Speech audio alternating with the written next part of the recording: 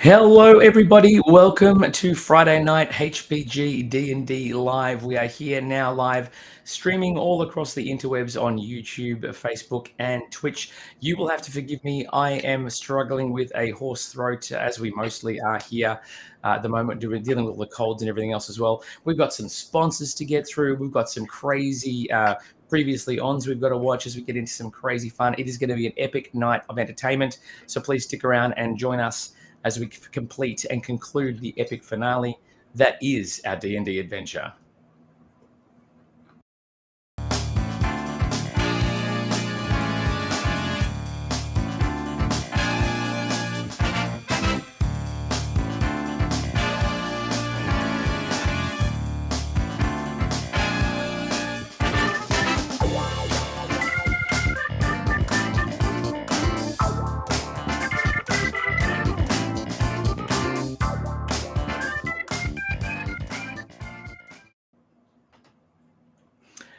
Welcome back, folks. For those of you who don't know me, my name is Matt, and we are here with our epic finale, our conclusion to the epic campaign of the Lost Mine of Phandelver.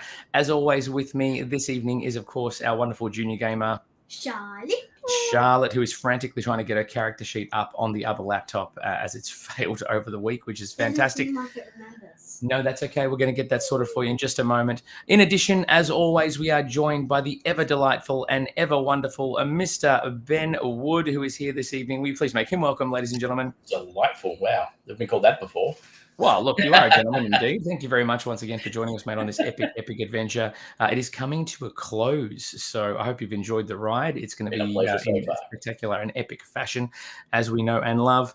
And we are going to jump in and thank a few very special people who have looked after us throughout this campaign. First of all, I want to make a bad shout out to our friends at Strike Deck. It is a epic dinosaur game in a small box with massive battles. In addition, we are being supported tonight by our lovely friends over at Griff & Co., who offer all sorts of personalized gifts and things as well. So jump on board griffandco.com and make sure you check them out and everything they're doing over there. We have got some epic stuff to get through tonight. So what we're going to do is basically get ourselves ready. Let's see how we go here. Charlotte, are you ready? Yes. Ben, are you ready? As I can be. As ready as you can ever be. All right, let's get to it. Let's play some D&D. Previously on HPG D&D Live Junior. Deep in the maze-like excavations of Wave Echo Cave, Yetnet found herself separated from her companions Nitro and Gundren, with only Crystal, her giant wolf spider, by her side. She was beset upon by a vile, oozing ochre jelly who proceeded to land some heavy blows, almost vanquishing our Dragonborn. Nitro, using impressive tracking skills and aided by his Drake Blaze, backtracked through the mine and was able to lend assistance to Yetnet, helping her defeat the beast. With an incessant booming coming from somewhere deeper within the mine, the party set forth toward the noise, uncovering ghouls, zombies, and even laying a flame skull to rest before reaching the source of the sound. An underground section of ocean with undulating waves smashing against rock, creating the sound of the cave system's namesake. Realizing that the sound wasn't what they were looking for, and with Gundren becoming more worried about his missing brother Nundro, they traversed a small fissure that led to a large excavation in the northern part of the mine. Tricking some bugbears into beginning a fight with one another, the party defeated them and Nitro gave chase after a dark elf overseeing the operation, losing sight of the foe as he dashed round a corner and into a much larger, well-made dwarven chamber. Catching up with Nitro, the rest of the party cautiously made their way into the chamber, which had been converted into a makeshift campsite. As they took in their surroundings, they watched as two more bugbears began to enter the chamber, flanking their position, while a figure materialized upon the large stone throne in the room. A figure holding a long black staff topped with a black spider. This new enemy, a tall, dark elf, stared down at the party with heavy black eyes, then spoke, imposing, threatening, and vile. "It's come to this, has it? It appears I'm going to have to deal with you all myself."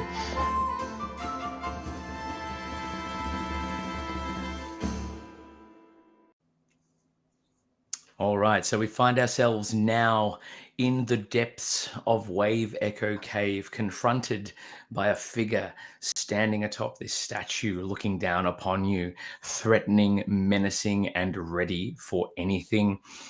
He regards you with a sense of curiosity of sorts as he stares at you all. And as he looks down upon you, you get the feeling that this is someone quite powerful, could very well be the person you've been effectively looking for or working towards you in the shadows. Yetnet, because of your newfound abilities, you have what's called a danger sense. And while you can't pinpoint exactly what it is that's going on, your danger sense, your spidey sense, if you will, is going off. It is like the danger scale is rife in this cavern system. As the black spider, as we assume he is, stares down at you, he regards you with an air of bewilderment and excitement and a little bit of glee as well. "Well then, you've made it this far. Perhaps we can have some sort of accord before we get down to it. Yetnet hums back at him, and he hums back as well. "I believe your young dwarven companion there is searching for someone. Is this true?" Yes. Gundren steps forward. "Aye. What have you done with him? Where's my brother?" And the black spider stares down. "I have brought no harm to the man. Here he is, before your very eyes." And out from behind the statue that the black spider now sits, you see a young dwarf, younger than Gundren, looks a little bit disheveled, not beaten, doesn't look harmed, slowly being escorted around, sort of making his way out from behind the statue by one of the bugbears. He looks to be a little out of sorts, so to speak, but he makes his way forward. Gundren, is that you?" And Gundren turns. "Nitro, what have they done to you?" And there's an exchange between the two dwarves as they recognize each other for the first time in weeks they've seen each other. "There it is. I have brought no harm to your brother. I've merely used him as a guide. What say you? Perhaps we can come to some sort of an arrangement?" And he stares down at the assembled party and waits for a response. What were you thinking? "Me? Well, I'm not sure about what you've encountered on your way here to find me, but there are quite a few monsters and other bits and pieces that are preventing me from reaching my ends. Perhaps we could unite to defeat a common enemy and clear out the rest of these cavern systems." What's the common enemy that you speak of? Surely you would have seen the shambling figures and things that go bump in the night that make their way through the cavern systems here. Surely you came across that crazy sort of a serpentine orb that floats in midair. No. You didn't come across that? Oh my. No. Maybe you're not as adventurous as I first thought. In any case, I clearly haven't harmed your friend here. So, what else is there to discuss? Well, I try not to go into combat with someone before I know what their capabilities are, and I highly doubt that you're going to show me your capabilities. This one is a wise one. Look, there's no sugarcoating it. If you would not assist me, then I have no other choice but to kill you, and kill you I shall. But you are intriguing of sorts. You in particular, my short friend. That creature that sits upon you. It's very curious. How did you come by that? He's a friend of mine. You like to keep things short-answered and close to your chest. I admire that. And you, Dragonborn, what brings you here to Wave Echo Cave? Well, I was on this case to find the black spider. And found him you have. Well, no, well, I wasn't sent on this quest. I wanted, well, there's this posters around Phandalin. I don't want to, but other people want to find you and, People want me dead. yeah, but I don't. Roll for persuasion. And that's a straight roll for you. Persuasion or deception? Either or, your choice. Deception or persuasion. What would you like? So deception, I said. Yes, deception or persuasion. No. That's a straight roll in either case. Go on. Praying to the dice gods. That is not going to do it. Not with a 7. So you say you'd rather not see me come to harm? No. Well, perhaps we can all walk out of here in one piece after all. There are things that we can discuss. Maybe we could share the spoils of the Forge of Spells, perhaps? At the mention of the Forge of Spells, Gundren, who is still eyeing off Nundra and trying to make sure he's okay, stares up at the black spider. You'll never get your hands on the Forge of Spells. I'll swat him on the back of the head. Like, full on, smack him on the back of the head. Who? Gundren. As he starts blurting this out. Whack! Okay, as you do that, he stumbles forward and basically eats dirt. You knock him to the ground with the force of the blow. That's fine. Gundren coughs and splutters dust through his lungs, looks back up at you with a look of disbelief. Like, I'll help him up. For? Shut up, you don't say things like that out loud. But he's got my brother. I have to do something, and he cannot get the hands on the Forge of Spells. Yeah. He's quietly sort of whispering aggressively towards you, Nitro. As this exchange is happening, you see the two bugbears resume their flanking positions either side, and you notice that Crystal is getting a bit agitated as well. Okay. The black spider stares down at you, watching the exchange between Nitro and Gundren. Well, this is quite the comedic performance. Is this how you deal with all of your allies, young halfling? I'm just going to hold up a finger and I'm going to continue talking to, like the finger said, you be quiet for a second as I'm talking to Yetnet and Gundren. Quietly as I can. Yetnet, we either team up with this one to take on whatever big bad. If it's bad enough that they won't take it, it could weaken this person to the point where we have an upper hand against them. Or we can try our luck at taking this room out. Like 2 bugbears and a unknown supervillain, for lack of a better word. Like, it's up to you. You tell me, I will support you and back you. All right? As the finger goes up, you hear in the peripheral of your vision, you're hearing, "Oh, please take all the time you need. I have all day after all." And you see the black spider sort of wave his wand slightly to one side, and the bugbears move a couple of steps closer. We'll do the team up thing. You can talk louder. You can talk loudly. Yeah. We'll do the team up thing, but if he wants to have a sleep, we'll yeah. Wait till he's asleep. I love it. That's probably not going to happen. We would probably fall asleep before he did. Okay. While you're having the conversation, the spider is getting a little bit impatient. Okay. He makes his way down from the stone throne. He's now on your level, on ground level, and he makes his way over to Nundro, who is sort of on his own, not making any efforts to sort of reunite himself with Gundren.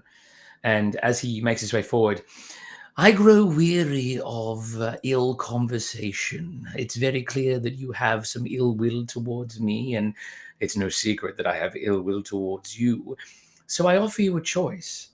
Team up with myself and share the spoils of the Forge of Spells, or watch your friend's brother here have his blood spilled upon this temple floor.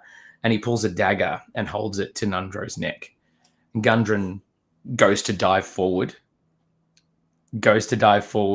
to rush over. Gundren, stop. We're going to team up with him. Are you going to stop him? Yeah. You got to reach him, otherwise he's going to go. You're going to reach out and grab him? Okay. Make a strength check. That's a +4. Strength, okay. Wait, didn't... Straight roll, +4. You go to grab Gundren, but as you go to reach him, the dwarf is just a little bit lower than you feel, and he actually bolts forward towards Nundro, slipping through your fingers because you rolled a natural 1. And as Gundren charges forward, "Don't you harm him, don't you?" He's just screaming ad nauseum as he charges towards the black spider. He dives forward to sort of stop the black spider from holding the neck to his brother. As he dives forward, you see him pull out a couple of daggers as he jumps into the air. And as he jumps into the air, he strikes true and actually hits the arm of the black spider. You hear a, the black spider lets go. The other blade slices just a little bit too far left and actually slices the shoulder of his brother. Nundren lets out a wail, but the wail is not what you expect. It's a slightly different sort of squeal of sorts, not what you'd expect to come from a dwarf. And the wound doesn't glow with like a red blood. It's like a bluish black blood. Can I shoot Nundren? You want to shoot Nundro? Yep. No, don't Go for it. That. It's a nice hashtag of Gundren and Nundro, by the way. I like that. Yeah. I completely forgot. It's okay. But I will re-roll that natural 1 and make it a 16 on the dice. It becomes +8, 24. That hits. Cool. 8, 9, 10, 11. 11 points of damage. Boom. Okay, so we have the arrow flies true, and where are you hitting? Shoulder, chest? Try and hit a shoulder. Shoulder, yeah. So Gundren has accidentally sliced one shoulder. The arrow that you've fired smashes into another shoulder, launches him back. Nundro flies backwards and collapses. A black spider steps away, looking at his stabbed arm from Gundren, and points his staff at your dwarf companion. Nundro flies back onto the ground and starts to flail around and flip and flop. And then in a strange sort of almost like chemical reaction, the dwarf begins to grow and change and shift. And you recognize the elf that you chased earlier into the chamber, the second dark elf that you saw. But then he turns again. The dark elf continues to turn and shift, and you end up recognizing the same strange, malignant, bluish, purplish body that you saw from back in Cragmore Castle. This is another doppelganger that's now standing there true, a bluish mess of flesh and blood and everything else as well. I don't think we saw a doppelganger, did we? You did. You saw one. You saw the remains of one at Cragmore when you defeated King Groll and his offsider. So now you have effectively the black spider, 2 bugbears, and a doppelganger who's taken a couple of hits, staring you down at this point. The black spider turns to you both. "Well, that's a fine how do you do. Let's make this a little bit more interesting." And as he says that, Crystal is literally freaking out, sort of skittering around a little bit, looking absolutely crazy. "Let's see how you deal with my friends."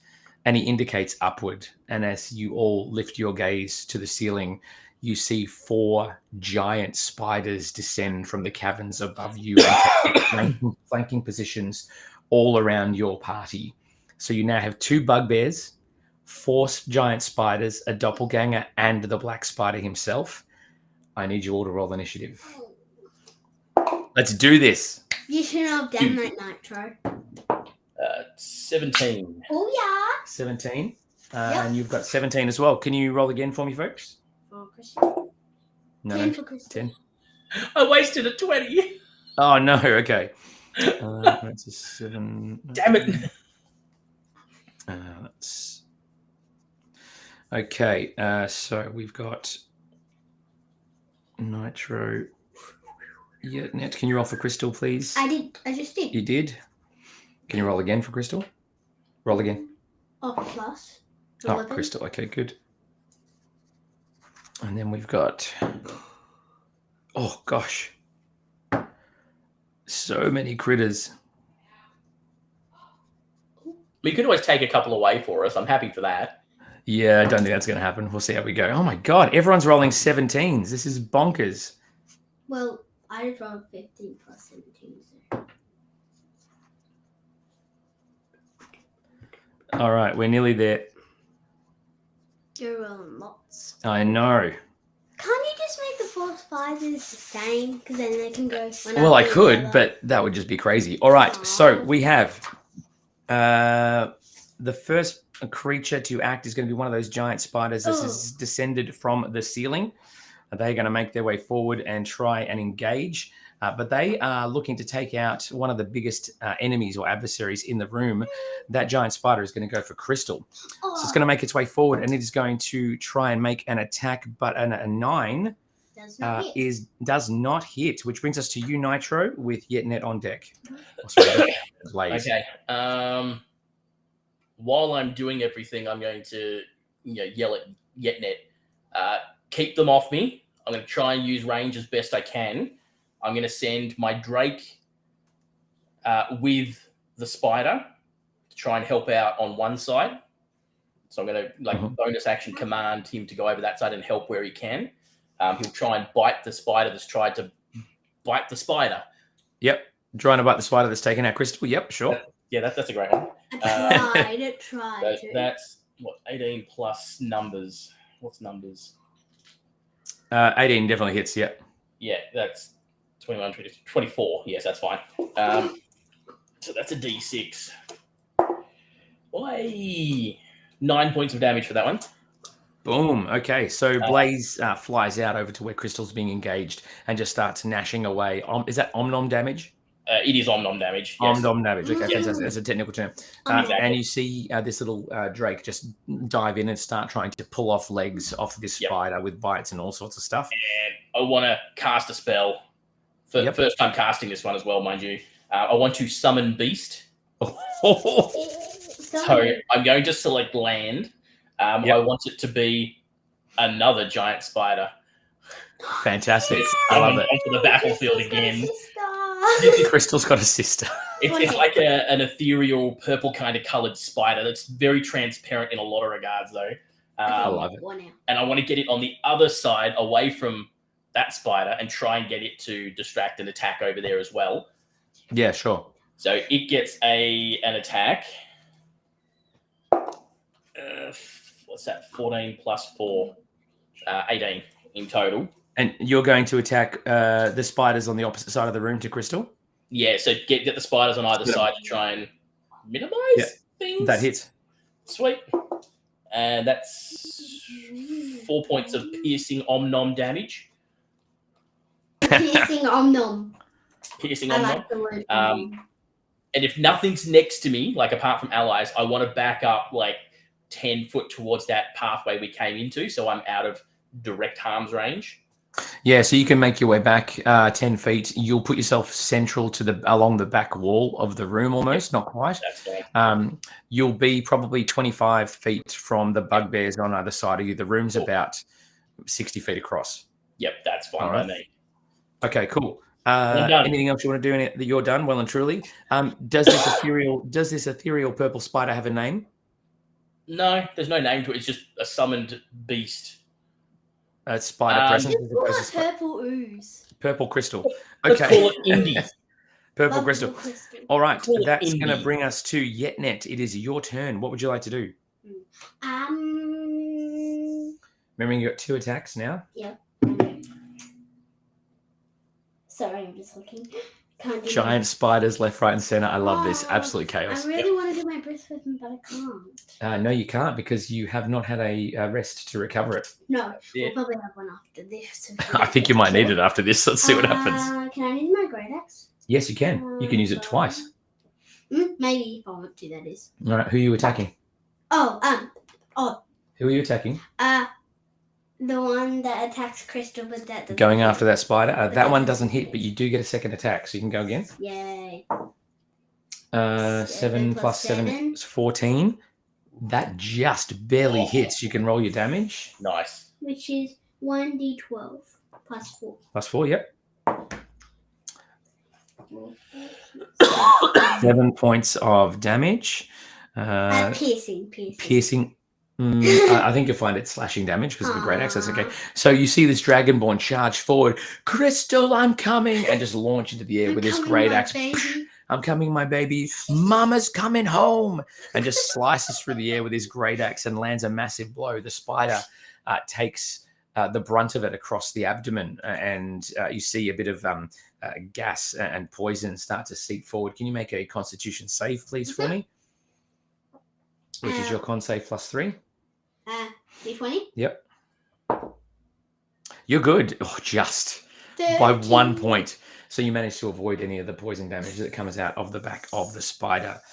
So we have then after Yetnet, the bugbears are going to enter the fray. They're going to try and make their way towards the party and do some damage. We're going to have one of the bugbears come forward, and he is going to... Where are we? Where's my sheet? Too many bits of paper. Too many bits of paper. Yeah, there we go.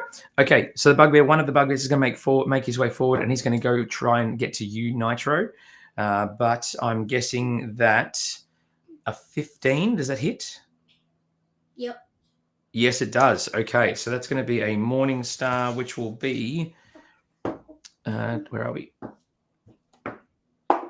5 points of bludgeoning damage for you, sir. Okay.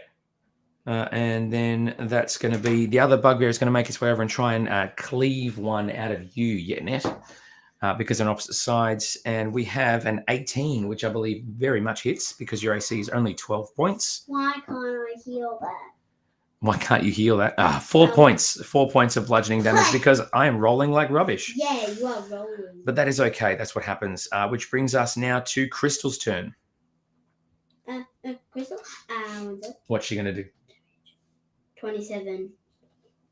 Down to 27. What is Crystal going to do? Is Crystal going to engage in that spider? Crystal's going to do web shot. Web shot? At the bugbear's right arm. Crystal's going to attack the bugbear. Okay, so roll your d20. The right arm. Yep. That's going to be a 10, which is not going to do it. Okay. No, not at all. Not with the save as well. All right. Then we have the black spider's turn. No. He has a grimace of disgust as he sees you start to land a couple of good blows, particularly on his spiders. I can see that you are going to need a little more effort on my part.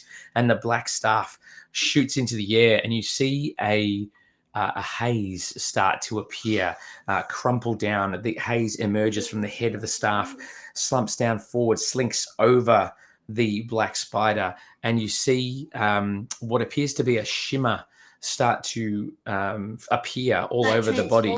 Not a transform as such, but some sort of a shimmer that then emerges and materializes into a large metal chest plate that's crackling with some sort of energy. And you can see that our friend the black spider has donned some mage armor, which is now going to make him that much harder to hit. He is going to then make his way forward, and he's going to try to land an attack at Gundren. But not with that roll, he's not. So that's fine. Which brings us to our spider friends that are now making their way throughout the chamber. So one of the spiders, there's two either side. One of them is engaged with Crystal, so that's already made its attack. The other spiders are going to try to engage make their way towards Yetnet and a couple towards you as well, Nitro. They cross the distance. With their speed, they're able to get to you. Nitro, a 21 is definitely going to hit, I'm assuming. No, it doesn't hit me at all. No, not at all? Okay. Anything above 15. That's going to be 5 points of piercing damage. I also need you to make a con save as well, please. Con save? What's my con? Not much, but I'm assuming a 17 plus 2 will do it. That will definitely do it. You are going to take 3 points of poison damage as well, sir. 3 poison. Cool. Doug the Third of Dougland, thank you for joining us. Glad to have hi, you Doug. watching. Oh, you're Doug. No, I'm just saying hi to Doug. Hi, Doug. Doug's in the house. Yo. All right. So we have that's fine. We have one last spider that's going to make his way over and attack Yetnet to try and get in there. We have a 23 to hit, which is fantastic. Me? Yes, Yetnet, a 23 to hit. You're going to take 2, 3, 4 points of piercing damage. I need you to make a con save as well, please. Do I still take the damage? Yes, take the damage. And then I need you to roll this one and add 3. Roll well. 6. 6. Okay, so you are going to take... Another 4 damage? No, it's going to be 6 points of poison damage. It's getting dicey now, kids. And that brings us to the top of the round. So the spider that's engaged with Crystal, is going to make an attack against the spider. 14 is not going to hit. So now we are down to you, Nitro. Blaze on deck with Yetnet to follow. Cool. This is not going to end well. I am going to try and take out this black spider person and see if I can get some damage off. So I'll make my 2 attacks against him. So calling these shots, 16 plus what? What's the range on that attack? 150. You're good. Sorry, 600 yards. Yep. So that's 14 plus 3, 17. That just hits. Oh, yes, I like that. Nice. Okay, so we've got 4, 5, 6, 7, 17 points of damage for the first shot. Bang. And so you fire this arrow through and it actually crackles and you see it almost, it sticks inside the armor and sort of vibrates uncontrollably as it sits inside the armor, and you worry that it's actually going to be spat back out from this armor, but then you see the arrow slow motion pierce through the mage armor and actually make contact. The black spider doubles over in pain as this slowly impales itself in his chest, and he takes those masses of damage. Your next attack. Second attack is more than the first, so it's extra 2, so that's fine. 19, yeah, that hits. And this is max damage. That's 8, 9, 10, 11, 21 points of damage from my second shot. Boom. So, sorry, 11 was it? 21 in total. 21 in total. Okay, fantastic. 17. Hello, bearded trucker. Yeah. Never played D&D. Good luck with your first game. Hopefully it's not quite as crazy and complex a battle as this one. Yeah. Everything comes in time. Just relax. You'll have some fun with it. That's it. I love it. I love it. So I have my lovely Drake companion that's going to om-nom the spider that's tried to om-nom the spider. Yep, do it. Rush to Crystal's aid. So that's 24 to hit. That most definitely hits, yeah. So that's a D6. That's 3 plus 3, 6 damage for that one. 6 damage, yep. Yep, and then I go back to my beastie, my little spider, who's going to have an attack as well. Oh, it's plugged into here, sorry. Yeah. Say again, mate, sorry. Sorry, spider's going to attack the same spider it was attacking before. Yep. Which is a natural 13. What's his plus again? I haven't used this yet. Hang on. Plus, so 2. So that's 15 to hit for the spider. Most definitely hits. Can you jump around the okay. And 8 points of damage for that one. It's piercing damage. 8 points of piercing damage. Fantastic. There we go. That is... There we go. All right. Fantastic. So that takes care of Blaze. Your ethereal spider, does that get an attack as well? That last one was for the ethereal spider. Oh, sorry. When we did Blaze too, didn't we? Yeah. All right. Fantastic. That brings us up to you, Yetnet, unless you've got any bonus actions you want to use. I think you've used them all. I've used everything, including getting my pet to attack and stuff, so I'm out of stuff. Fantastic. All right. Yetnet, you're up. What are you going to do? Great Axe. Great axe, yep. 16 plus 7. 16 plus 7 most definitely hits. Go for it. 5. 5 points of damage, and that's to Crystal's spider, isn't it? Yes. Okay, so Yetnet, you're still wailing on this spider, trying to do massive amounts of damage to the spider that is attacking your baby, your Crystal. Baby. And as everyone else has sort of been laying into this spider, Yetnet, you run with a great axe, bang, smash into its abdomen. But you manage to, with all the damage that's already been there and the hollow, you manage to hit a previous wound.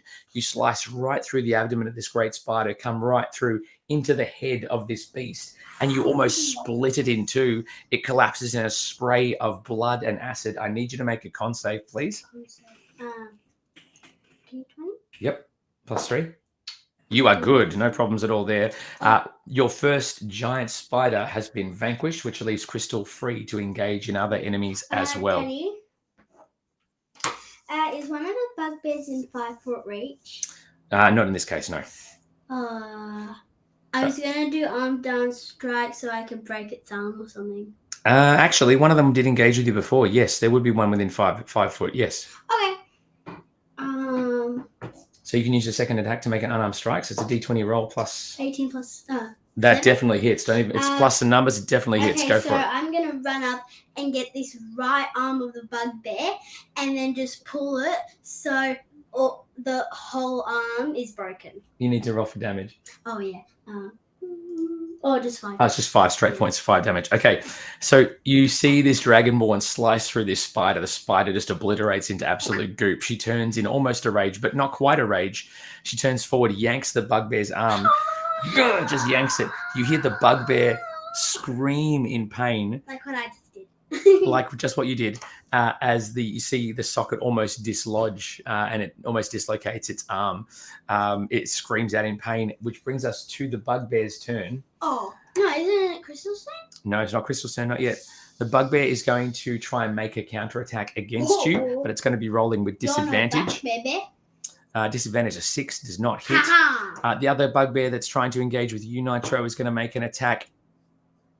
A natural 20. Oh, come on. Why can't you roll a natural 1? Well, I rolled a natural 1 before, so come on, let's be fair.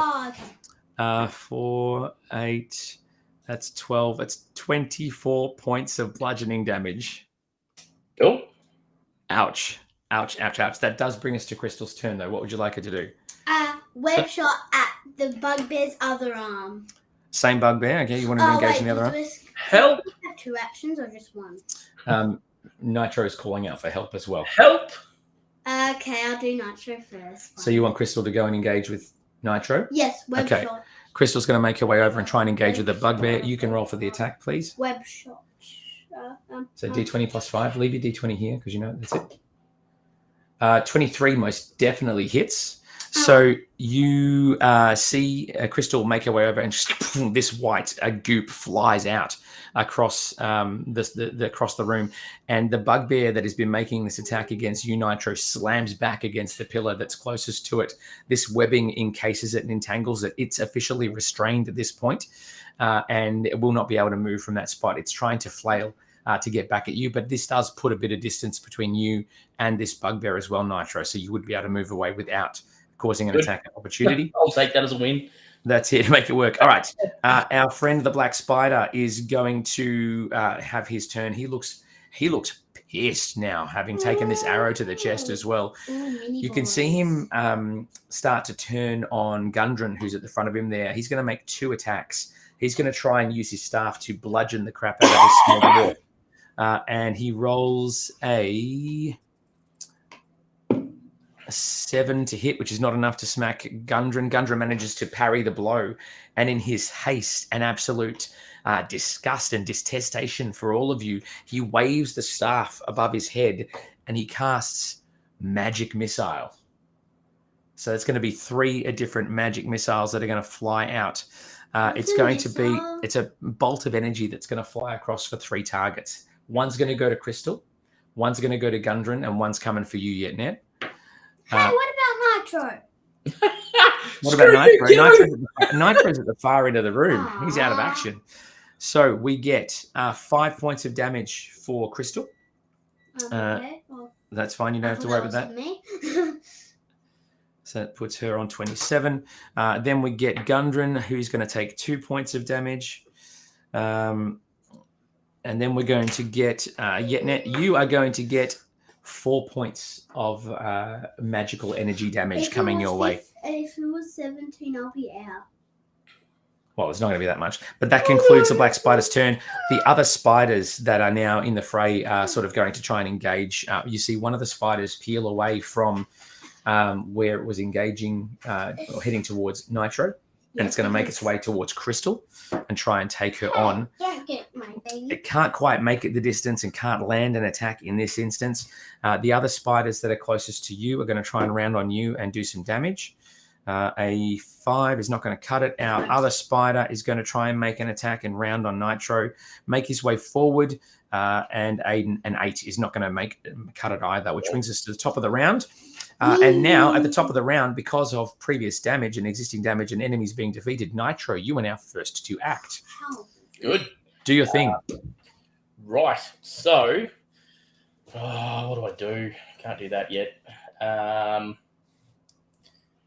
Is it bonus action or action to have a potion? Action. Okay. Well, I've got enough distance I can move without getting attacked, you said. So I'm going to move 25 foot, hopefully, away from said bugbear that's next to me. Yeah, so that'll put you on the opposite side of the room. So there's the pillars either side. You're now on the right-hand side of the room. Okay. Can I play peekaboo around the pillar and try and hit this black spider person again? You'd have to stay in front of the pillar. You wouldn't be able to make behind the pillar because it's embedded into the rock, but you would be able to. Yep, you would be able to try and take a pot shot. Calling these shots again. Mm-hmm. I love this combo. It's so good. Yep. What's it going to be? +3. So it's a dirty 20 to hit for the first one. That hits. We have 19 points of damage for that one. Ooh, nice. 19. Sorry if that whistle was very loud, everybody. And the second shot. 20. Is it a crit? It is. He's laughing. And that's why we love this game. Yes, the fun part. I love it. All right, so we love have how Nitro's wearing a ninja top as well. That's fantastic. Yes. There's 3 ninjas apparently. I bet you can't find them. 7, 10, that's 20, 30 points of damage. 13. All right, so you fire the arrow through the air. The black spider, again, there's that crackle of energy across his magical armor as it slowly starts to embed in his chest. Where is the second shot going? I want like dead center heart shot. Try and Okay. So as you loose the arrow and it flies across the air, it hits almost dead center mass. The magical armor doesn't even seem to stop the arrow this time. It pierces right through, and there's a cataclysmic sound. There's a crash and an explosion as the energy that's covering the black spider's chest seems to blast out in all directions. You see Gundren fly 5 feet backwards through the air. You see dust and debris blast out from where the black spider was standing. You see him sort of clutch up and clasp at the arrow, trying desperately to stop it from moving any further forward, but it's lodged, or the damage has been done. He reaches up and he grabs his staff and he hurls it, points it directly towards you. And he starts to mutter some sort of incantation. He slumps down to his knees. He's falling to his knees, clutching this arrow, trying to mutter some sort of spell. And it seems to you that he's pretty much looking a little worse for wear. There's a sense of disbelief in his eyes as he tries to cast this final spell to sort of potentially stop the arrow from doing any more damage. But you see his lips stop moving. His eyes seem to glaze over. And the black spider, arrow in his chest, slumps forward. Boosh! The arrow then pierces the rest of the way. You see it protrude from the back through the armor as the black spider, the nemesis that you've been looking for, slumps forward and collapses on the dirt beneath the foot of the statue in the room. That leaves us with Blaze and your ethereal spider. And the spider, yes. So Blaze is going to continue omnomming the spider that he was omnomming before. Go for it. Blaze, I think, change targets, or is he still doing the Omnoms? Because before that spider is now defeated. Oh, well, he'll have to change targets then. So Yes. he'll be with Crystal. Yep, sure. Yep. So what's that? I love that your two companions are now fighting alongside each other. That's fantastic. Yeah, 24 to hit for that one. Yeah, definitely hits it. Yep. So that's 8 points of damage. Yep. Om nom. And then the other spider, Exactly. Om nom damage again. Ethereal spider is going to try and do some chompage on one of the other big spiders that's around it. Yeah, sure. So that's on the opposite side of the room. Yep. Go for it. And it's a natural 20. Boom! Oh, yeah. All of the crits. I love it. I love All the crits in the Yeah, sometimes. All the crits. 10, 12 points of damage for that. 12 points of damage. Yep. Fantastic. And So you see, it's an amazing sight. You see this giant spider, which is almost translucent and transparent, taking it and going toe-to-toe with these other giant spiders in the room. The giant spiders that remain seem energized by the demise of their master in some respects, and they almost act like they're in a frenzied state now, trying desperately to do as much damage as possible. The bugbears in the room and the Nundro but not Nundro doppelganger sort of look a bit confused as to what they should be doing now that their leader has been dispatched. Oh, you mean the black spider? I do mean the black spider. So with that, that brings us to Yetnet's turn as the spiders rip around and go to battle toe-to-toe. Yetnet, what would you like to do? Keep that one out because that's the one you use to roll lots. Great axe attack. What are you attacking? Are you attacking the spiders that are closest to you or the bugbears? The bugbear with the broken right arm. All right, go for it. Oh, actually, I'm looking at you over it. Can I try to break his other arm? An unarmed strike against his other arm? Go for it. 17 plus 7. Oh my god. A 24 a 24 most definitely hits. So it's 5 points of damage, yes? Yes. Yes. Okay. So you and then I have a second attack. you make your way around the other side. You manage to do some fancy footwork, move your way around the other bugbear, and you grab his other arm and just yank the absolute crap out of it. You hear a slight pop as the arm sort of disconnects, and it's not dislocated, but it's obviously looking a bit worse for wear.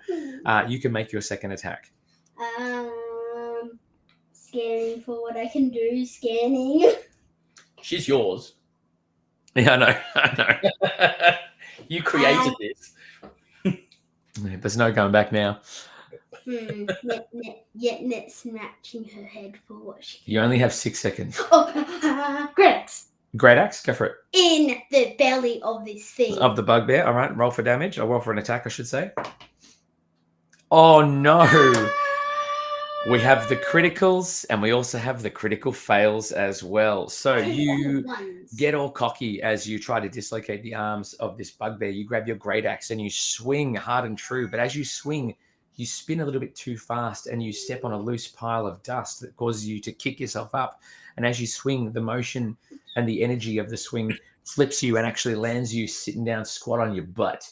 And you're half prone effectively for the next round of combat, which brings us to Limp Arm Bugbear's turn. He's going to try and make an attack with his Morningstar. He will be rolling with disadvantage. He can't hold it, though. Yeah, but he's rolling with disadvantage because of that reason. So a 6 is unfortunately not going to do it. Yeah. The other Bugbear is restrained. He's going to try to make his way out with a strength save.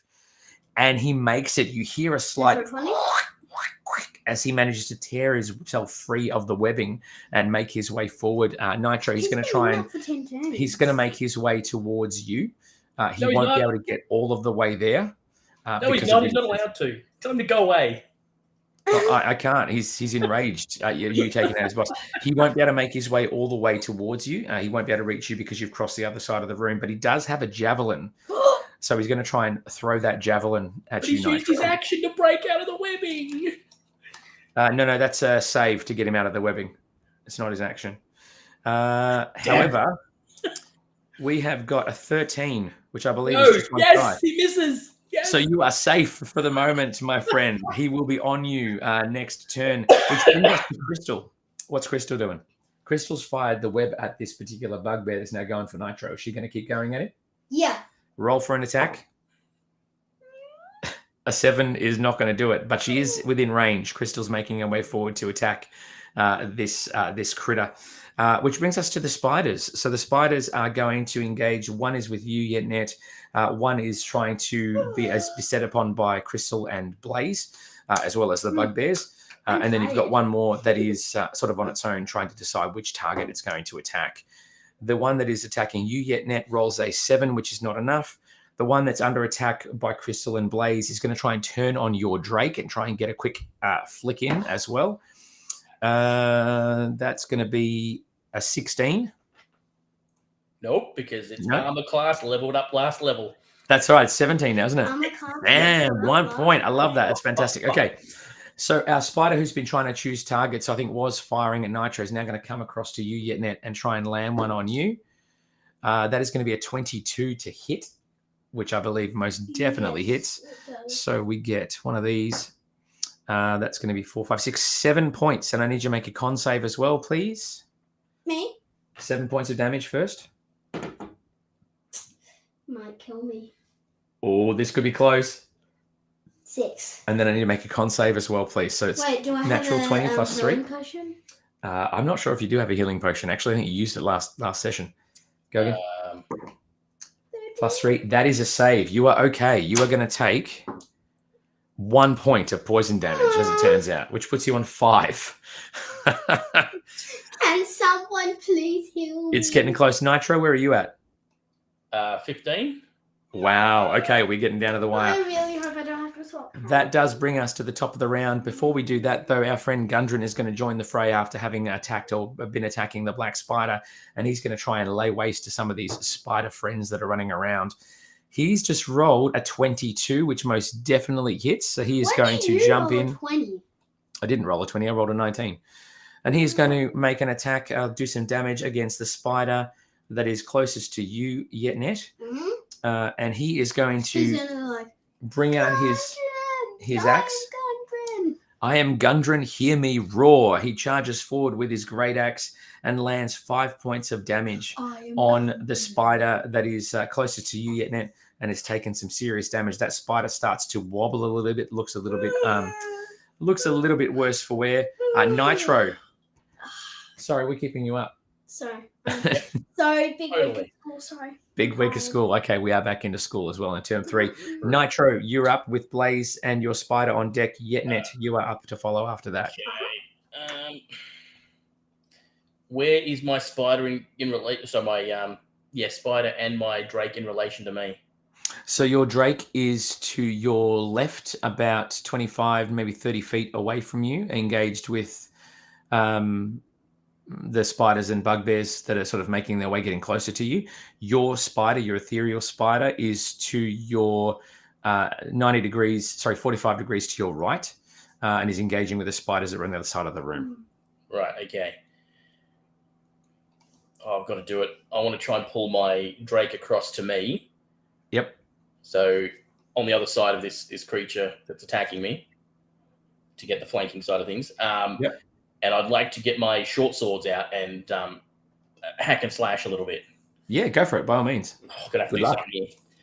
All right, first one is 19 to hit. You're attacking the bugbear or the spider? The bugbear. Well, what one's on me at the moment? Wasn't it a bugbear? The bugbear will be on you next turn. You better close the distance to the bugbear if you wanted to. Yeah, I'll get myself and my Drake on the other side of that bugbear. Yeah. The bugbear, the Drake, your Blaze is coming up behind the bugbear. The bugbear is trying to engage with you. If you move forward to meet, you'll have that flank, so you can do that, no problems. So let's a 19 hit.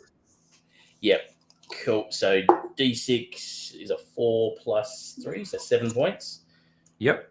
I'll use my second attack, which I will re-roll that one. So that's a 22 to hit. Yeah, definitely hits. Go for it. Which is 6 points of damage. Boom. And an offhand hit if I can with my dagger. Yeah, go. Well, I don't think that's going to hit. That's 12 to hit. No, that's going to be a glance. It's not going to do any damage at all in this case. I'm sorry to say. Still a great. return. You've still got Drakey Poo. Drake, yep. Yeah, so Drakey Poo's going to have an attack at this thing as well. Go for it.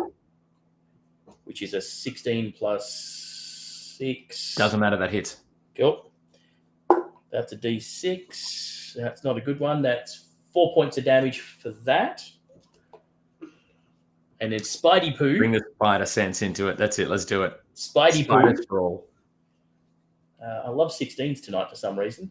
16 hits. Cool. And that one's a D8 for this one. Which is 6 points of damage for the spider. Boom.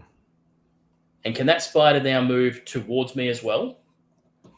On its turn, yes. So where, if you're thinking of where the bugbear is, if you and Blaze are flanking, the spider is now the only way this bugbear has to move is to move southward into the lower parts of the catacombs that lead back out to the cavern system, and it would get, if it did that, it would get 3 attacks of opportunity against it from all 3 of you because you're all pretty much on top of it. That's fine. That is fine. All right, cool. That brings us to you, Yetnet. You're up. Mm-hmm. What would you like to do? Great axe. You're going to try and great axe this bugbear that you've now damaged the arms of? Will I be rolling with disadvantage? No, because you're on your butt. You actually have a chance to use your move to stand up, so you won't be rolling with disadvantage on this one. Oh, and I still have 1 action. Yetnet levitates. No, your movement is not part of an action, so you can still make 2 attacks. I'm like, oh. Holy Dragonborn, Batman. 4 plus 7, no. 4 plus 7 is? Teaching math as well, everyone. 11. 11 does not hit. Make your second attack. Oh, great axe again. Do it. Rolling. 19. Wow, Plus 7 that is a 16. 26. That is a 16. Aww. Okay. It's still good. Don't get me wrong. 16 hits on its own. Okay, so you're all good. So you can roll for your damage. Grab your D12 and roll well. D12. 12. 5. What is it? D12 plus? 4. So that's 9 points. Yeah, 9. Sorry, just rechecking. No, that's okay. 9 points of damage. So even though you're a bit groggy from standing up, your second swing strikes true and you do some serious damage to this bugbear. You actually knock him back a little bit, and between his damaged arms and everything else, he's looking a little bit worse for wear. How much hit points is he on? I cannot tell you that unless you want to make a medicine check. Yes. Yes, I do, she says. So roll your D20. There's no bonus to that one. You can't tell with that roll. You cannot tell what is going on at all. That was a lancing blow. All right, that's going to bring us to Lanky Arm's turn. He's going to try and make an attack with you again with disadvantage because he has been hit so hard. A 5 is just not going to do the job.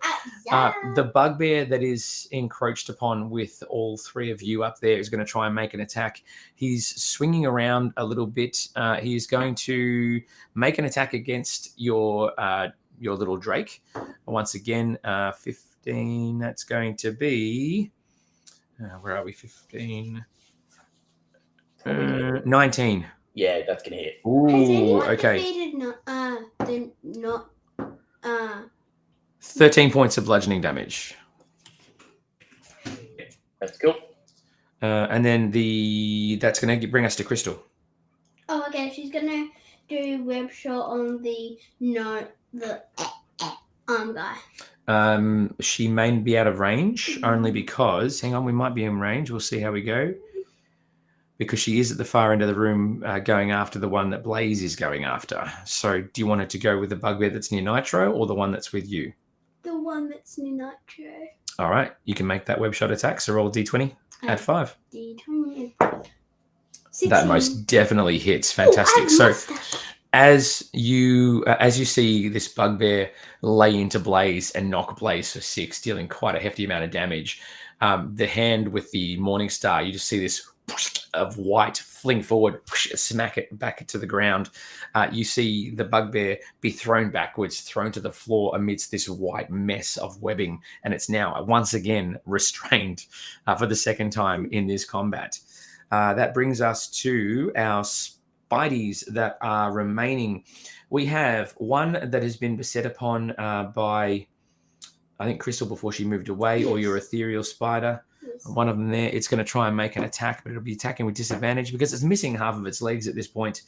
And neither of those rolls are going to hit because the highest was 7. Yes. Where's Gundren's brother transforming? Is he dead? The doppelganger is at the far end, pinned to the ground with arrows at this point. Oh, okay, so it's dead. No, not dead, but it's definitely immobile. So we have then our friends, the other spider who is taking attack at Yetnet. That's going to be a 11 to hit. Does not hit. Just. That's very close. If it had +5, it would hit. And then we have one last spider that is going to make an attack. Now, this is the one who's sort of a bit wandering and hasn't landed a hit on anybody. And I think we're going to have an attack on... Because you're ethereal spider. Is that able to be attacked? Yeah. Being ethereal, I think its AC is going to be high. But I think the spider is going to try and make its attack. Not really. Against it. It's going to be a 20 to hit. Well, I'm pretty sure its armor class is like 13. Yeah, there you go. So it'll hit. Okay, so it's a dirty 20. And then we get dirty 20s always hit. 1d8. Not always. 9 points of damage against this ethereal spider.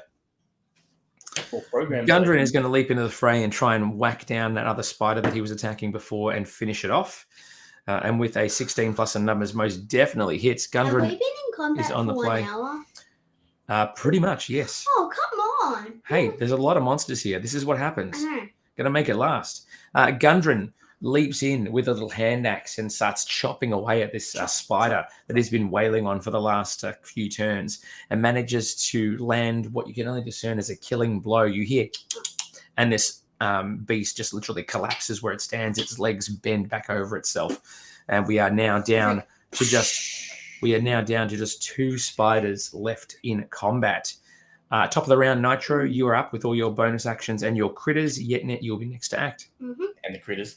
I'm going to start shooting at stuff that's furthest away and work my way back towards myself. So furthest away is going to be the doppelganger that is still pinned to the floor. That'll be quite hard to hit. But otherwise, you've got bugbears and spiders. Just shoot in the back. Let's go bugbears first. So the one that's not next to me, basically, I'm going to shoot the one that's with floppy arms. Yep, sure. Mm-hmm. So calling this shot as well. That's going to be 16 to hit. That hits. Nice. Just. Yeah. That is 17 points of damage. Wow. Where are you hitting? Let's go with a headshot, like in the eye or something. Something fun. Something fun. I love it. You loose the arrow and time slows down as you just see in between spider limbs flying everywhere, a dragonborn just hacking away with a great axe at stuff, a crazy dwarven miner just running around with hand axes lopping into spiders, gouts of acidic blood lumping everywhere. You see this arrow manage to loop its way through all of this stuff, just flying straight and true as it zooms right in. If this was a movie, the camera would ride the stem of the arrow straight into the head of this bugbear. The arms flail like they've got nothing in them, just pure jelly on sticks as the bugbear twirls with the force of the blow, its head spinning, almost dislocating its neck as it slumps to the ground, falls over, and remains motionless. The arrow is just sticking out nice and true. There is a bloody gout around the side of its face, and that's another creature that you will no longer have to deal with, my friends. How many creatures are there? There's a few. 1, 2, 3, 4 left that I can see here. Are they all spiders? No, not all spiders. Oh, all right. There's 1 bugbear and 3 spiders. Blaze and your spider. I've got a second shot for me. Oh, sorry, you do too, yes. So we've got bugbear next to me. We've got doppelganger on the floor, and we've got 2 spiders. Yes, correct. Furthest away spider that I can see. Yep, sure. So there's a spider that has taken a little bit of damage, but it's further out to your right-hand side. It's been engaged off and on by Yetnet and Gundren. Yep, let's go that way. And re-rolling that one again. God, I need to go back and count how many times you've been able to do that. That's a fair amount of re-rolling. Great. That's a 16 to hit on that one as well. I love 16s tonight. You do. 16 most definitely hits. So we have 5, 6, 7, 8, 18 points of damage for that one. Nice. Okay, so it's going to be... All right, so that's the spider that's furthest away from everything that has been sort of off and on engaged. You loose this arrow and you manage to hit another one straight through and true, and it pierces the front, the mandibles as the jaw opens, as it gets ready to pounce and make an attack. The arrow flies straight into its mouth, pushes the spider back, and you just see it sort of stagger around a little bit before it collapses, its legs again going all askew. And it literally just sits there breathing its last, trying to choke, sort of choking on the wood of the arrow as it breathes its last and slips away into the black nothingness. That brings us to your animal compatriots, unless you've got any bonus action. My ethereal spider is going to make a bite against this thing. Yeah. Hopefully. Against the bugbear closest to you, or? Yes, indeed. Yep. So 18 to hit, of course. Most definitely hits. I was going to give you advantage, but it most definitely hits because it's restrained. Yep. 5. That's 12 points of damage for that one, because I'm using my Drake's ability there as well to boost the damage. Okay, so fantastic. You see the ethereal spider make its way forward, and you see the bugbear just looking up and screaming in absolute agony and pain, restrained, trying to break free as this crazy, lumping, translucent spider of ethereal energy makes its way forward, creeps its way up, gets over his body. You hear, and you just see the mandibles spread open wide. There is a squeal, and through the translucency of this energy of this creature, you see the head of the bugbear just get pierced by the mandibles and lifted away and off and torn asunder from the rest of its body. The webbing is still sort of attached to the area, and the crystal sort of crazy, not crystal, the ethereal spider just sort of takes the head and moves away with it, just taking it for a bit of a walk. You're assuming to devour the beast, to devour the head. Pretty much. As you do. And my Drake, I'm going to get to go and help Crystal as best it can again. Yep. So there's one spider left in the room that Crystal is going to be going after, and Blaze obviously can join in there. Yep. So I'll get Blaze to go and om-nom. Mm-hmm. Om-nom damage, yep. That's going to be a miss. That's like 9.9 to hit. No, not going to do it. So that's fine. So Blaze makes his way over and goes to Crystal's aid. Crystal and Blaze are now bearing down on the one remaining spider in the room. But Blaze, unfortunately, just can't get close enough to do any damage at this point, which brings us to Yetnet Extraordinaire. Oh no. I'll just do my Great Axe while you're... Oh, okay. Go for it. Great Axe. 5 plus 7?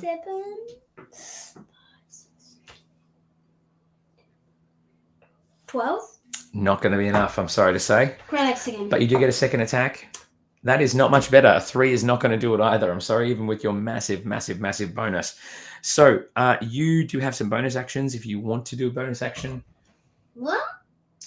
You can't. Can you rage? No, your rage is all. Oh my gosh, you really needed to have a chance for a long rest. I did all 3 last. You did. Friday. All right, that's okay. So you're out of combat. We have both of our bugbear friends are done. Crystal is going to make an attack against this last remaining spider. Can you roll an attack for the spider, please? At 5. 3 plus 5. That's not going to do it. I'm sorry to say. That's fine. Why can't Crystal roll just 20s all the time? Because that would just be an absolute miracle if she did, but that's okay.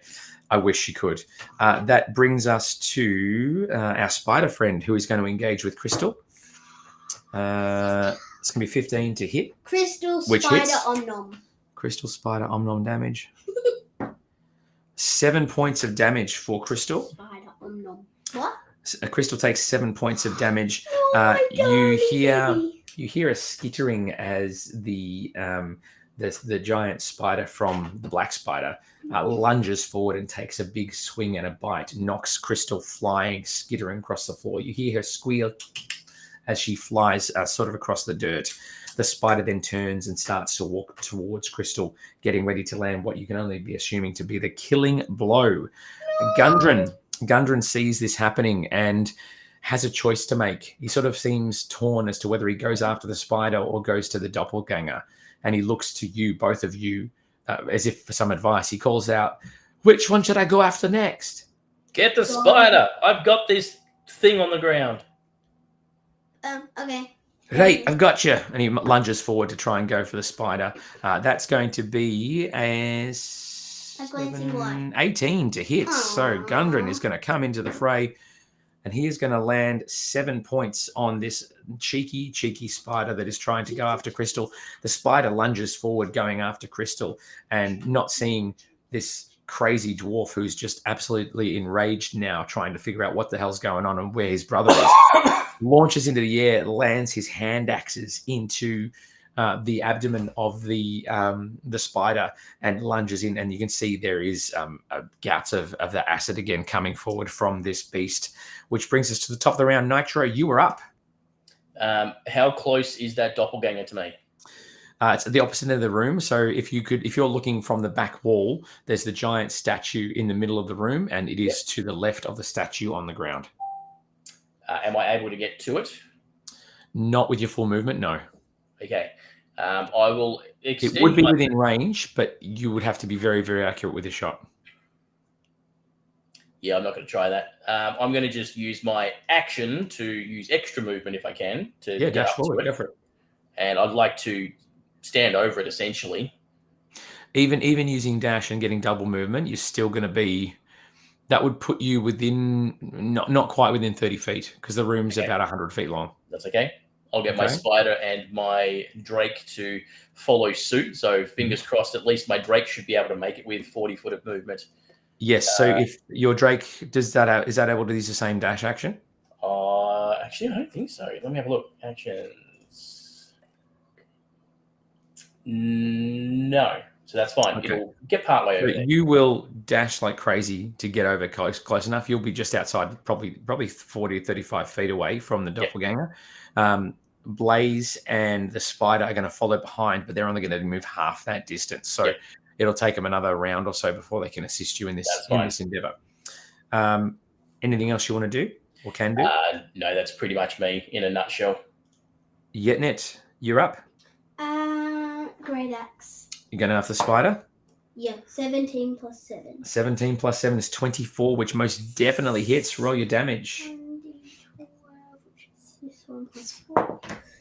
Oh my gosh, that is a 12 on a D12. Nice. 16 points of damage. That is fantastic. I am going to do my great axe again. 7 plus 7. 7 plus 7 11, is 14. 14. And that just hits as well. Roll damage. Nice. 9. Guess how many points you needed to do? 9. You needed just 1 point of damage. Oh, yay! Glancing blow! You roll forward and you just charge through this spider as it's trying to engage. Calling that a glancing blow just It's almost like it almost happens simultaneously. There's a few seconds in between as Gundren smacks the back of this thing. You charge forward and you swing upwards, and you manage to swing up, do some damage. You cleave through the middle of the head of this spider. You see it split in two as you run your hand up, and then you twist the arrow in slow motion. You twist the great axe in your hands, and then bring it down again with the full force of your body. You bring it down, and you actually not just split. This time you bring it down, but it's on the flat. The spider's head just goes like a big pancake across the floor. The abdomen collapses where it is, and the force of your blow tips the abdomen forward, flipping Gundren, who's got his axe embedded in it, into the air slightly. And then I go and catch Gundren. You catch Gundren as he flies over the top. I'll allow it. And then I drop and say, Yetnet's drinking tea. Yetnet's drinking tea? Yeah, that's for my victory. That's your victory thing. That's your victory pose, drinking some tea. Right, okay. Gundren looks at you with a look of absolute disbelief and dismay. Right, well, cheers, I guess. Cheers. Right, let's go help Nate. Let's go help Nitro. So that's going to be Crystal's going to be at the far end of the room. She's going to make her way towards the doppelganger as well. Yes. Being that the doppelganger is now literally the last thing left alive other than your party in the room, you start to encroach on this beast as it writhes, and sort of you can see it starting to shift between multiple forms, and you see there are goblins, there is a hobgoblin, there is a grick as well, a semblance of a grick. There's all sorts of crazy beasties this thing has taken the possession of, or the forms of, as it sort of goes Terminator 2 style through this crazy cycle. Through the change, you hear a bubbling, oozing mess coming from its mouth as it's saying, "Oh, please, I was just doing what I was told. Please, there's more I can tell you. I can be of assistance. Please, please." And at this point, you encroach and make your way forward. Nitro, you have the right of the next action. I'm a hog tie it. You're going to hog tie it? Yep. I'll hog tie it. Make a strength check for me. If any time I needed a 20, it was then, but I didn't get it. That'll be a 15. Ooh. A 15. Yeah, that's going to do it. So you manage to, even though you sort of start to tie, the first time you tie around the leg, the body shifts and looses itself from the bonds. You do see the changes do seem to be starting to slow from the shock of whatever reasons caused the crazy manifestations to take place. And you're able to bind and hog tie the doppelganger in full. And you can see that it's now reverted back to its natural form, that bluey, purplish massive gooby goo and muck. Yep. Let's just say Glub. Glub. His Glub name is is work. Glub. His name is Yep. Glub. Yeah. Could be, but I don't know. We don't know his name. Once it's hog-tied, I'm going to stand up and look across at the other guy and say, it's okay. He's here. Hopefully we can get some information out of this one before it dies. Tell him what's his name, because if he doesn't have a name, I'm going to call him Glob. Well, you heard the lady. You see, for a briefest of moments, a slight grin on this thing's face. Well, actually, I don't want to put too fine a point on it, but you, my dragonborn friend, you and I have already met. I've never seen you. No, but I've seen you, my dear. I've been watching you for some time.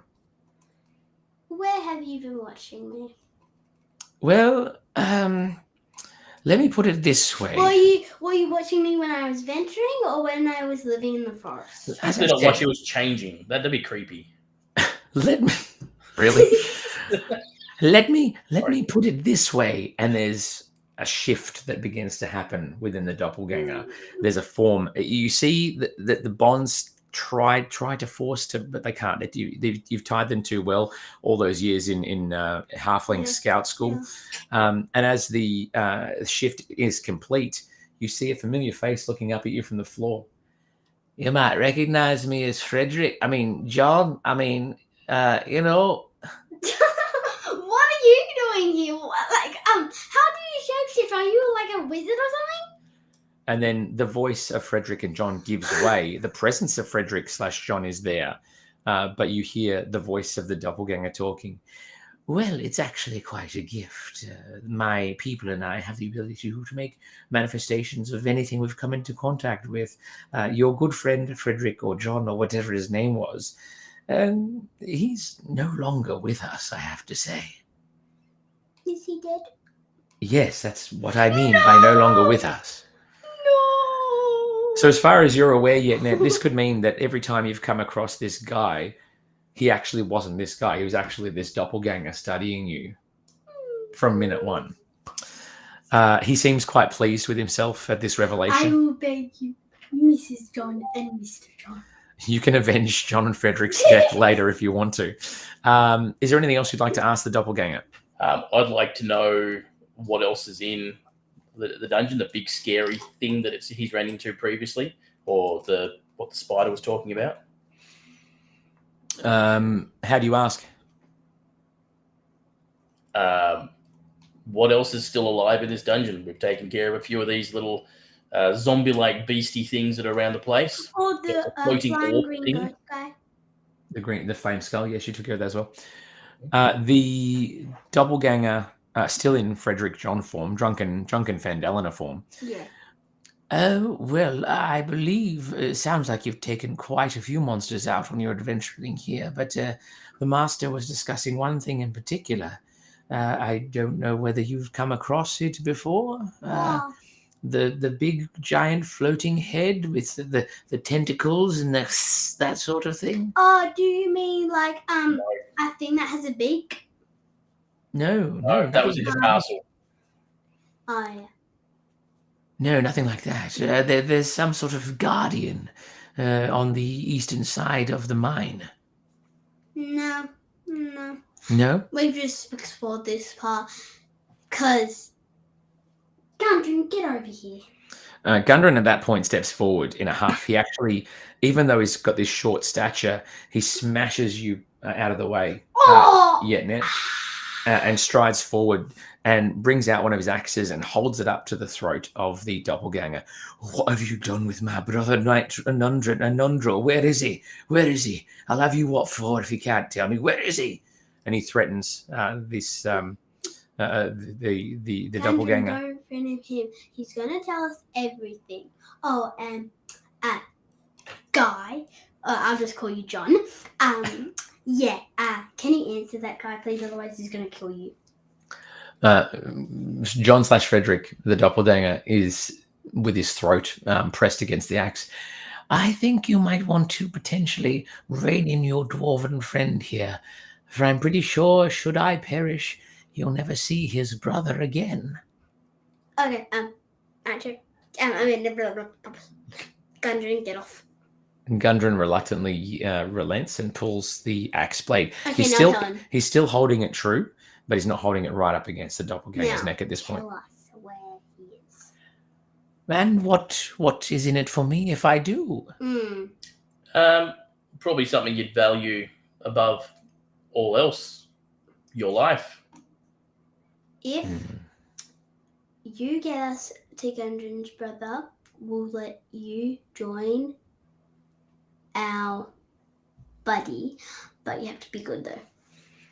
Intriguing. You offering me a job? Yeah, to work with us, but you have to be good though. Make a persuasion check for me. It's a straight roll. Straight roll. 19. If there's any time you need to have a high roll, that's it. So the doppelganger considers your offer and nods his assent. All right, this could prove to be both lucrative and entertaining as well. But you have to be good though. All of the time or just some of the time? All of the time except when we're in like combat. So you can like go ragey and that. Okay? I think I can manage that. My bonds, if you please. Bonds, what? I've got him tied still, so. Oh yeah, you have to do that. We untie them after you show us to Gundren's brother. Very well. Otherwise, you get chopped your head off with an dagger. So. You know, for a dragonborn, you're quite graphic. I guess it goes with being a barbarian, yeah. I suppose. Well, I've lived out in the forest and I've and gone quite feral, as it were. Yeah, I used to eat bugs. So. Right. Well, with that wonderful piece of information now embedded in my brain, I think you perhaps better both, or all of you perhaps better follow me. If you would at least untie my legs so that I may walk. Nitro, pull these. Yeah, I'll untie the legs. Yeah, but you have to stay next to him though. No, I'm not staying next to him. Okay, I will. A little help. I need some assistance to help. No. Well, thank you. All right. Yeah, I've tied some. So now the doppelganger is completely unrestrained. I have an arrow nocked at all times. Okay, so you're at the ready? With my dagger as well. Okay, and you've got a dagger ready as well? Oh, Crystal's like on the other side of me. Crystal's got her mandibles at the ready as well. The doppelganger stops and stares at the scene before it of all of you there. My, aren't we the violent bunch? If you will let me get past, I'll show you to where this fellow's brother resides. Just 2 seconds, if you would, please. Can I go and inspect the corpse of the black spider guy? You may. Okay. Let's see what he's got on him. You want to see what he's got on him? Yep. Some clothes for a start. Yep, that's a positive. I would hope so. That is a positive. You see that there is some armor that obviously has imbued with some sort of magical property. It doesn't seem to retain any of the magical property. It has taken quite a few hits with arrows and things as well. Take the staff. That's definitely something I would like to pick up. All right, so you pick up the staff, and there is, as you pick it up, a slight tingling sensation in your fingertips as you hold the staff aloft for the first time. The tingle does subside. The doppelganger watches you do this. I'd be very careful with that if I were you. As you see, in the midst of the campsite and everything else, the makeshift campsite, there is a large table with maps of the excavation of Way of Echo Cave, bits that have been hand-drawn, no exit here, that sort of stuff. There's also a large black sack on the table as well. Okay, I'd like to definitely pocket those maps in particular and check out what's inside the sack. Yeah, sure. So in amongst, as you search through the sack, you find a potion of healing. Yep. Just the one potion of healing. I'll hand it to Yetnet. There is a there you go. You've got a potion of healing. Okay, thanks. There is a strange iron key. The head of the key is shaped like an anvil and is glowing pinky, strange sort of pinky blue hued color. Yep. There is what looks to be some sort of treasure as well, as obviously they've been exploring and excavating the mine for some time. So in the sack, all up, you see 190 EP. Yep. 130 gold pieces, 15 platinum pieces.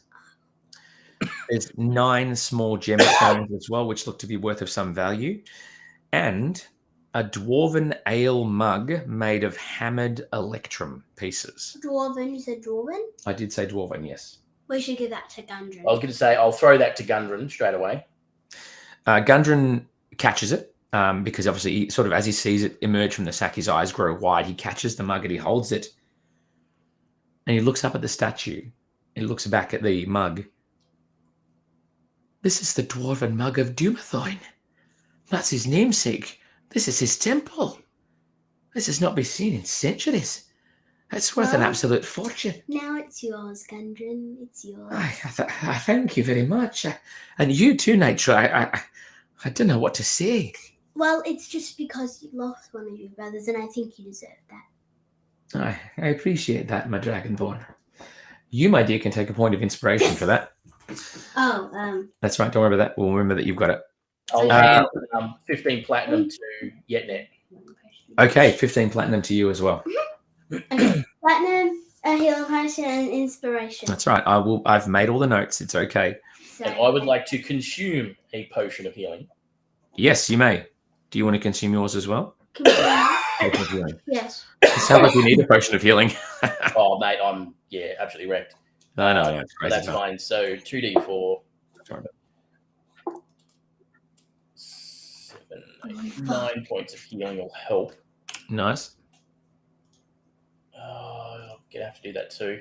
I'm going to cast Cure Wounds at first level on myself as well. Yep, sure. I need the extra.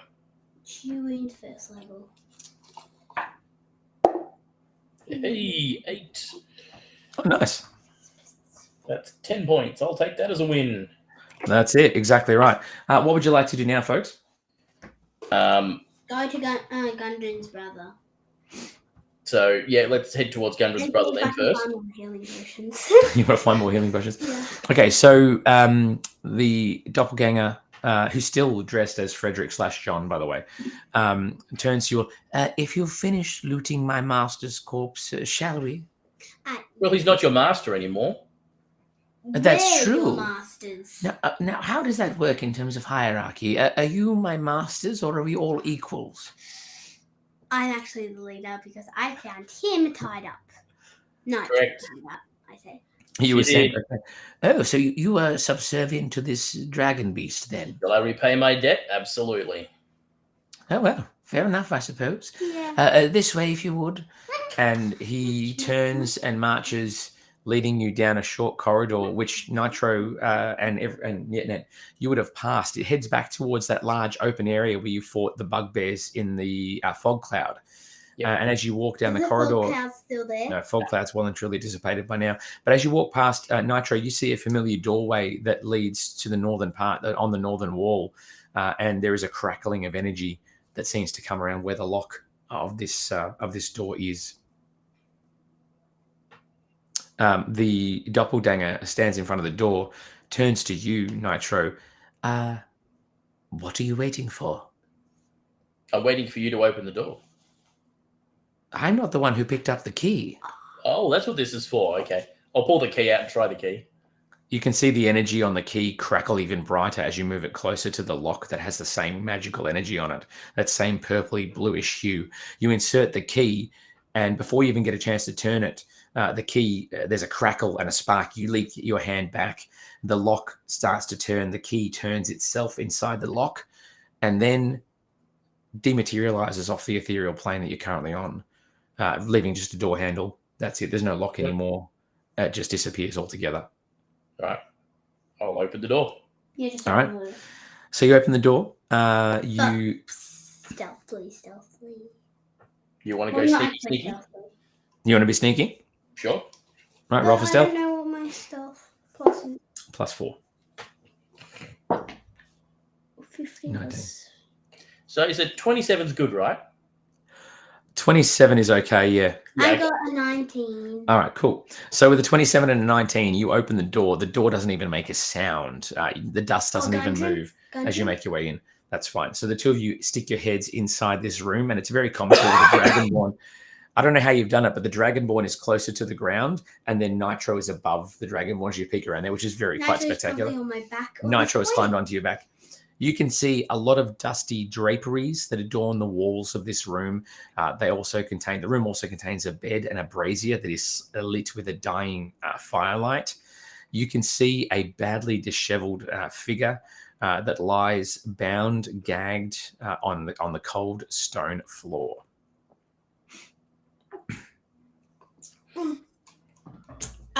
Nitro back. I'm gonna ask him what's his name. Oh, and Gundren, come with me just in case. Who are you asking? Gundren. You're asking Gundren about what? Coming with me just. Okay, so you make your way inside, yeah, and then what do you do? I go up to the figure and say, "What's your name?" You make your way forward. You ask the question. There's no response. Gundren, can you see if you can get this guy's attention? Like, say, what's his name or something? Gundren makes his way over, and as he takes a couple of steps into the room, you see him almost. There's a moment of relief, but there's also a moment of absolute despair as you call out to the figure that's slumped in the room, and there's no response. Gundren makes his way forward, and as he makes his way forward, he collapses to his knees, almost sliding up to this lump of body on the floor. He rolls the person over, and he screams in some sort of exultation, but also fear, as you see another dwarven face lying there on this body. You hear Gundren try and shake. Nundro, wake up, man. Please wake up. Please be alive. Wake up. And there is sort of no response from Nundro as he's lying there on the ground. Gundren starts to have tears streaming down his face as he continues to try and shake his brother away. Nundro, please. I can't be left alone here. Please, you need to wake up, please. You see him start to get a little bit more violent. Nitro? Can I duck in and check to see if he is alive or dead? You can come in and make a medicine check, yeah. Gundren is still there, shaking, trying to get some attention. You might have to move him out of the way. It's up to you. Yeah, a little bit. Where I need to. Total of 21. Yeah, cool. So you make your way inside and you crouch down next to Gundren. Gundren is still sort of pleading and concerned. He sees you come over and he just sort of sits back as you lean forward to try and examine the body. And Gundren at this point is almost beside himself with fear. He's just collapsed into a blubbering mess on the floor. He almost doesn't even watch as you examine the body before you. And as you make your way up towards the neck of the dwarf, you reach down and you feel very faint. You feel a heartbeat. I'll reach into my bag, pop cork on a potion of healing, and I'll feed it to Nundro. Okay, so you you pour the potion of healing. The red, angelic, almost ethereal liquid pours out of the vial down into the throat of this effectively almost near corpse on the floor. Gundren sort of watches the exchange with surprise and glee and a sort of confusion in his eyes as he leans back a little bit and watches as, without any sort of warning, Nundro coughs, splutters, and you see a bit of phlegm and bile that is retched up in here, and he sort of rolls over forward, his eyes beginning to flitter open. He's definitely not in a good way, but he's definitely a lot better off than he was. And he sort of looks around the room and he spies a giant dragonborn sort of looming over him, and a halfling, a green giant, a flying little drake looming over. And an ethereal spider. Yes, and the ethereal spider as well. looming forward, along with, this drunken Phandaliner who is leaning over as well, looking to see what's going on, all these people. Gundren, I've just had the most insane dream. It's okay. You were nearly. That means. Gundren, where am I, and who are all these people? And Gundren proceeds to explain at length about what has happened, how he was captured on the way to return to the cave, which explains his absence from Nundro. Nundro in turn explains how the Black Spider beset upon himself and Thad and obviously killed their brother and took over the mine proper. The group of you, including Frederick/John, listen in and sort of take a step back and just let the two brothers reconnect and reunite after what has been an incredibly difficult ordeal for them both. And as they continue to fill each other in on their goings, you're left with a moment to yourselves just to sort of take in the surroundings and discuss where you go from here. I'll turn to Yetnet and I'll say, Yetnet, we can't call this guy Frederick/John all the time. Can we amalgamate the names together? Maybe it's Fron or I don't know, Jondrick or something. Let's call him.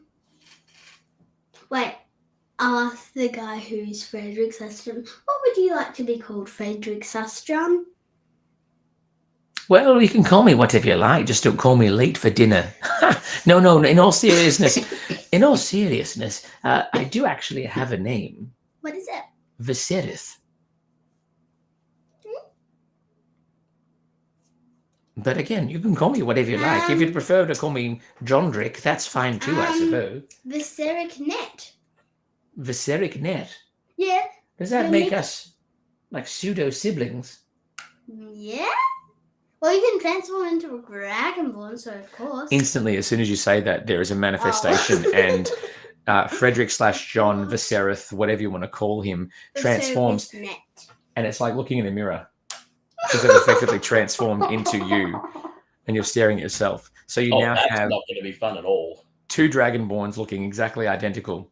And Nitro, the halfling, the ethereal spider, the giant wolf spider, and of course, Yetnets. Blaze and two Yetnets standing over the corpses. Would you like to be called Yetnet too, just to make it easier, or?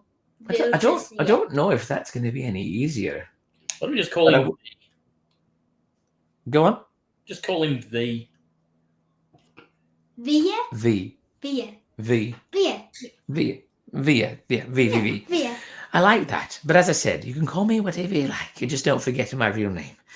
And as this conclusion of this conversation, you sense Gundren and Nitro. Gundren's actually helped Nitro to his feet. Nitro?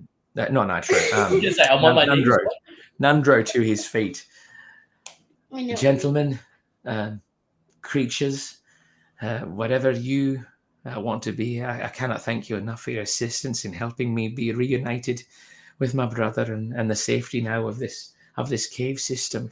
But I must say, between all of the craziness, perhaps we might make our way back and get a few bits of a good night's sleep before we come back to the mine proper. I'm just saying the black spider is no more. We killed it. Gundren knows this. He was there. Yeah. But No, Nundro no. doesn't. But Gundren has just been Gundren has been telling Nundro all about it. So they're both worded up now. Wait, where are our horses, or did they run off? They're probably back at the entrance to the mine. So can we we take a few minutes or an hour to scuttle back through the mine? Yeah, so you can return back to town, no problems. So effectively from this point on, you manage to negotiate and make your way back through the cavern system. And step over the corpse of this spider and... Yes, you navigate your way through the corpses and the rooms of death. I'm getting to be a junior D&D. Yes. I mean D&D master. All right. You make your way through the rooms of death that you've laid waste as you've made your way through Wave Echo Cave. You make your way safely back to the entrance where you're reunited with Sildar, who has been waiting for you for this entire time. he still has the horses ready, and he mounts up Gundro and Gundren and Nitro. Oh my God, Gundren and Nundro. Too many characters, too many names. On horseback, the two of you mount up. Your spiders and Blaze obviously follow along with V riding on the back of Crystal. You make your way back into town, and after a day's rest, there are rumors beginning to circle. And as you make your way through town, you hear whispers from the locals about some crazy adventures that may or may not be true. Stories starting to emerge about the heroes of Wave Echo Cave, the halfling and the dragonborn that have laid waste to the Black Spider, exposed the plans of Nesna, the Dark Elf, who was posing as the Black Spider and trying to use the Forge of Spells to create all manner of nasties and bring about destruction upon the realm. There is also talk of two very happy, very cheerful dwarves who have decided to work as administrators for the new mine located deep within Wave Echo Cave. And they use their time to open up the mine and reunite the Phandelver Pact between gnomes, dwarves, and elves. And they begin to manufacture products that bring about prosperity to Phandalin and the Sword Coast for many, many years to come.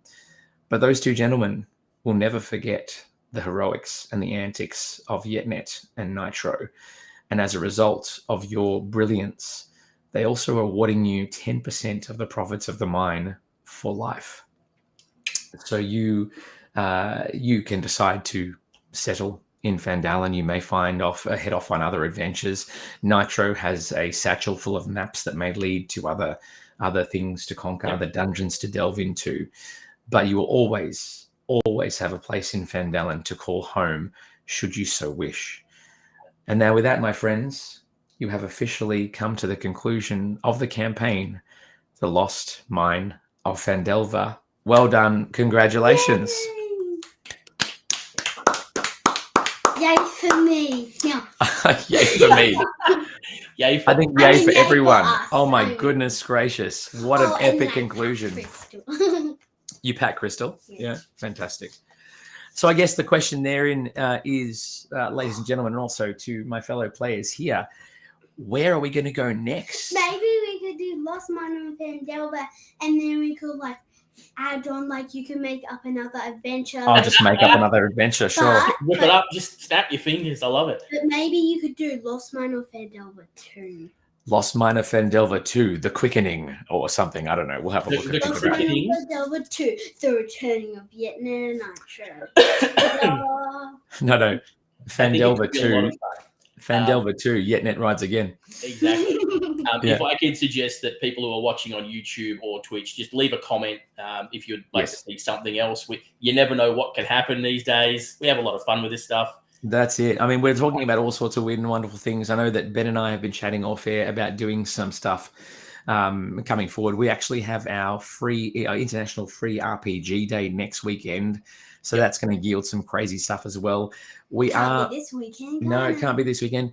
We are in talks to potentially stream some Alien RPG gear as well, which is definitely not suitable for children. So, sorry, 18 plus stuff right there. That it's fantastic. It's body horror to the max, and we love it. Can we stream